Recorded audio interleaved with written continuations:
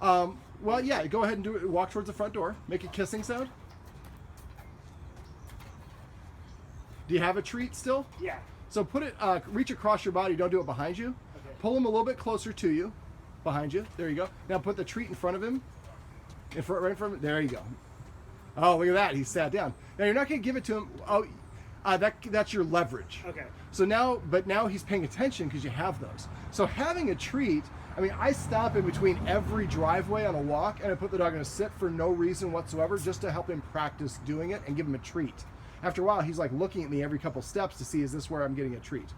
All right, let's go ahead and we're gonna come down the stairs and you're gonna stop suddenly on whatever number you want. Excellent. All right, take a couple more. Now that I don't allow. I don't let him go ahead of me. Okay. That's okay for now, but I would maybe try to not to stop on the last step, stop on the second to last step. All right, so he's pulling. Now do a, now you can do another circle there because he's trying to go. But when you do the circle, make it take a couple of steps. Don't just pivot. There you go. Make a kissing sound.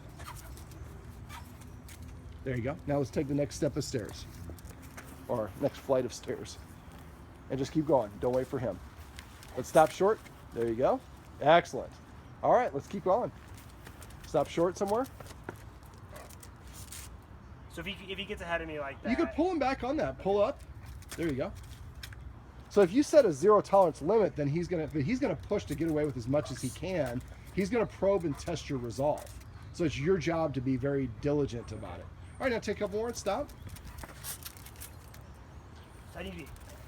A lot of it is, like I said, your anticipation. This is the first time you're doing that. You should have been doing this for about 1 minute and 53 seconds. So once you've been doing it a little bit longer, you're going to be able to recognize it, and your timing and technique, just like anything else, are going to improve. Okay, so I need to get him back beside there. There you go. Perfect.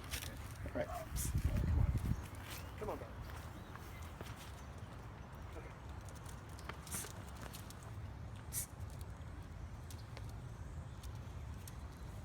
bro. There you go. Set. As soon as he sits, I would go. And stop short again. And if you anticipate that he's going to try to race ahead of you, that's where I would stop short before he gets a chance to get there. All right, go ahead. All right. So what we're going to do, I'll tell you what. You want to wait there? We're just going to go like 2 houses up and come back. Okay, cool. Let's go this way. Well, actually, I'll just do it from this side. And just go ahead and turn away from him, and just keep going, and don't wait for him. His job is to follow your lead, not the other. Now jerk it. There you go. Remember, we don't want to let him get past your toe tips. So should I just be pulling him back every time he gets ahead of me like that? Yeah, I mean, the idea is to be preemptive, so you're not reacting until he's already a step or 2 ahead of you. What we'll do is, let's do this. I'm going to, we'll switch camera. I'll take the camera, or at least you take the camera. We're still filming. So I'm just going to have you just maybe right up there, and I'm just walking back and forth in front of you. So.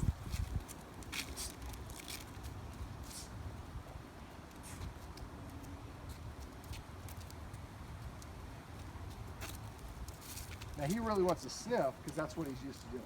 So I'm not pulling him, but I'm not letting him. And man, he's strong.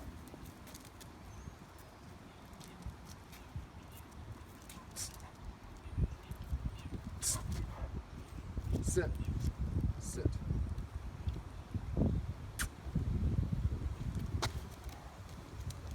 Sit. Oh, now we're looking, huh?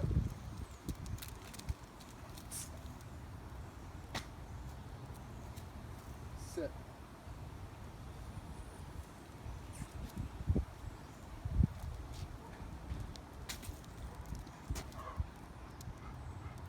I don't know if you're noticing, but I had to do it there.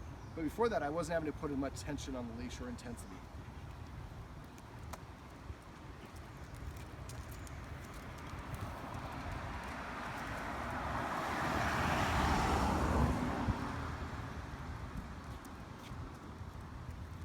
Like I mentioned, it takes about a house or 2. They're going to protest because they like controlling the walk themselves. But once he figures out that he doesn't have the ability to do that anymore, they fall in line pretty quickly.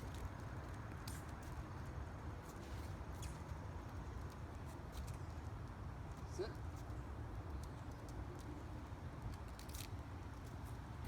So make sure you keep this arm relaxed. Like I said, don't go like this. If you're doing this, you're putting tension on the line. And what you were doing, I'll just kind of demonstrate. You'll be able to watch yourself when you're watching this video.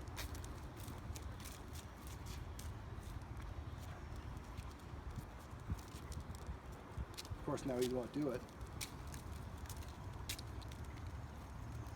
Well, you always have to watch yourself. What you were doing is you were waiting for him to be there, and then you were jerking when he was already out of position. You want to really give him the correction before he gets out of position. Okay.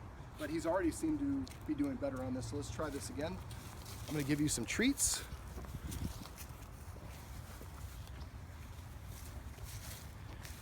There we go. All right, so let's go ahead and just walk. There, that was better. Your timing was much better there. There we go. Look who's matching who. A little ahead. There you go. And try to do it without stopping yourself. This is one of his favorite spots to go. Absolutely. Sure. There's a lot. It's a tight quarter. There's a lot of dogs that probably peed on that. And don't let him cross over. When he does that, sometimes I'll choke up on the leash. I'll wrap it around my wrist, around my palm. There you go. That was better. Go again. So you see him starting to pull, like right there. There you go.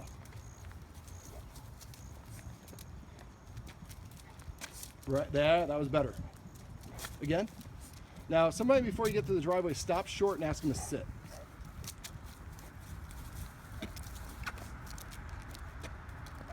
Sit. Sit. Treat, sit. Sit. Excellent. All right, let's go one more driveway. There you go. Keep going. There you go. So put him into SIT. Sit. Sit. Sit. Put it in front of his nose. Sit. And then go over his head. There you go. Now let's turn around and go back.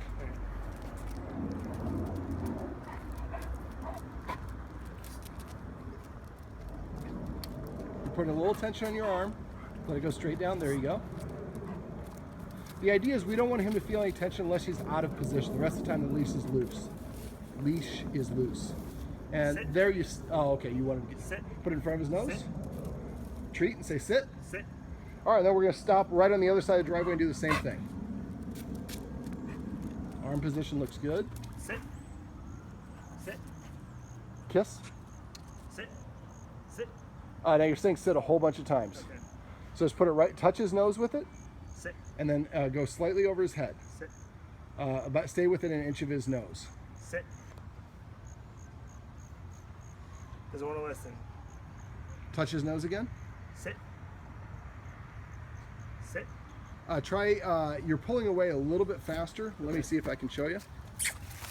Irvin, pull him away.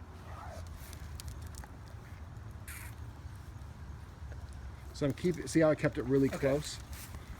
All right, let's go ahead and try, and sometime before the next steps, go ahead and stop again. Yeah.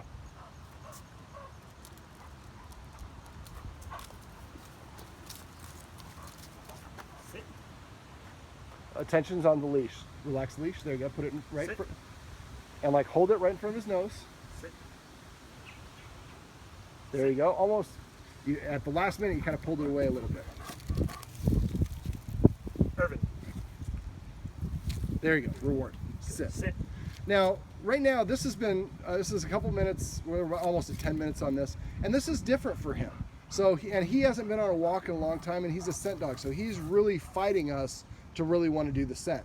So what I would do is if you can walk him, this doesn't look like a super busy street. There are times if you actually walk him in the street, there's a lot less to sniff on. Yeah. Now, we don't want to do it, it's right around 5 o'clock traffic right now, but if you can find a place where it's a path, where he's walking that, there's going to be less scent, and it'll be easier for him to get in a habit of doing it. So let's go ahead and go on back.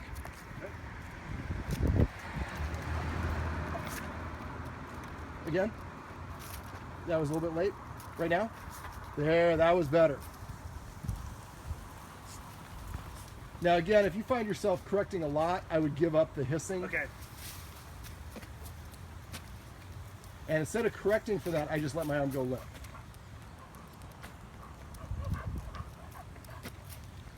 You have any more treats? Yep. All right, so stop at the stairs. Tell him to sit. Sit. Relax the leash. Sit. Sit. Good job. So like I said, I would have a whole bunch of treats, and in between every driveway or set of stairs, stop at least once. So, I mean, this is not a big distance. But if you think about it, if you go to the end of your block and back, stopping him to put him in a sit in between every driveway, that's like 50 sits on one walk that you practice. After doing that 2 or 3 days in a row, he's just gonna stop anytime you stop and sit down expecting that sit. And that way you can vary your pace. And that's something you should practice eventually. Right now you go whatever pace is comfortable, but then every once in a while, like in between driveway, go really slow. Next one, go faster. So he learns I have to match the human's pace, not it's always consistent. Okay. All right.